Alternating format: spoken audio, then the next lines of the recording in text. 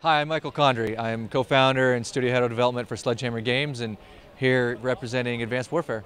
Yeah, it's been a remarkable time for us at Sledgehammer Games. 3 years to develop a true next-gen Call of Duty experience.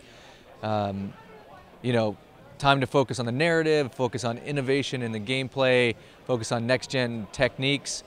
And with that, big ambitions and knowing that we've got world-class fans who are demanding change and innovation and quality. So it's been a labor of love and a 3-year sort of point of pride for us to really try and bring something special.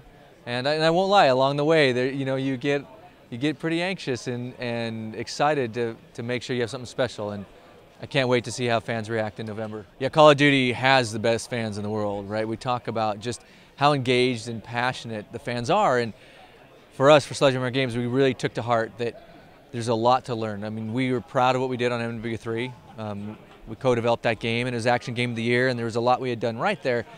And we wanted to continue to focus on what was right about that experience, while listening closely to fans and having fans join us on making it be all it could be. So from 3 years listening to fan feedback, having people come to the studio, working with the esports community, I mean, really just making it part of a bigger effort where we could focus on true innovation around what the fans were demanding.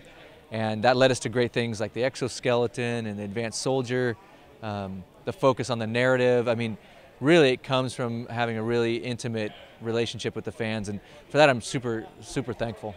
Yeah, we're storytellers by nature. We like to think of ourselves as Sledgehammer Games as entertainers, and we saw an opportunity to deliver something pretty special in the narrative, to really drive a rich and emotional narrative. And you know, we look at what's making great film today, what's making great TV today, and it comes to having a real connection and attachment to strong character performances.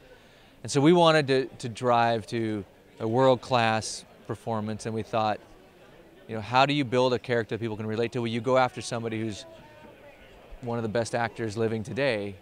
And so to be able to approach somebody like Kevin Spacey and have them come into a franchise like Call of Duty and elevate the performance of all the people around us, that's been remarkable. He's amazing, he really is. He's smart and he's engaged, and he's really brought Jonathan Irons to life in a way that few other actors could have done.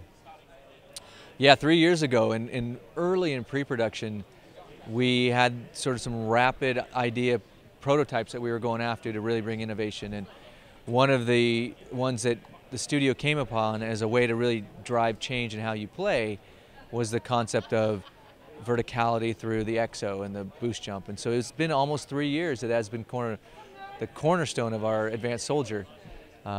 We did a lot of research based around what the Future Force Warrior was doing, and you know, it's really curious to see how 3 years ago it was an idea that we were excited about, and now it's really everywhere, right? It's in every, you know, from Elysium to Oblivion to Edge of Tomorrow to Spider-Man to, I mean, the opening kick of the World Cup this year was a paraplegic wearing an exoskeleton. I mean, it's really a remarkable invention of technology today, and as the cornerstone to Call of Duty, it's given us a ton of potential. Yeah, the exoskeleton in Advanced Warfare brings a ton to the table, right? You got speed and strength and verticality, new movement sets like boost and dodge and slam, the ability to use technology like the augmented reality system and the mag gloves for new ways to climb. I mean, it really, we call it the heart and soul of the Advanced Soldier, and everything it brings is really a pretty radical new way to play Call of Duty. Yeah, it really has redefined the movement set, and with that, brought a whole new way to play multiplayer, of course, right? And the introduction of verticality into the map design was, you know, a really interesting process for us to learn through. And you know, now our maps have to take into account speed, verticality, new ways to get around the map, the exo abilities. So it really pushed us to really think of new ways to play and engage. And you know, we call it a new era of Call of Duty. We really talk about, you know, what it brings to how you play. And you know, this is Call of Duty, right? It has at the core of it the things that make it great, but you've never really played it like this, and it's because of the exo. Yeah, that was another really exciting opportunity for Sledgehammer Games. 3 years to develop. You know, that's a first for Call of Duty. We're the first studio to have that much time, and with it, first opportunity to really focus on true next-gen technology. That was where, you know, the new hardware platform was introduced just over a year ago.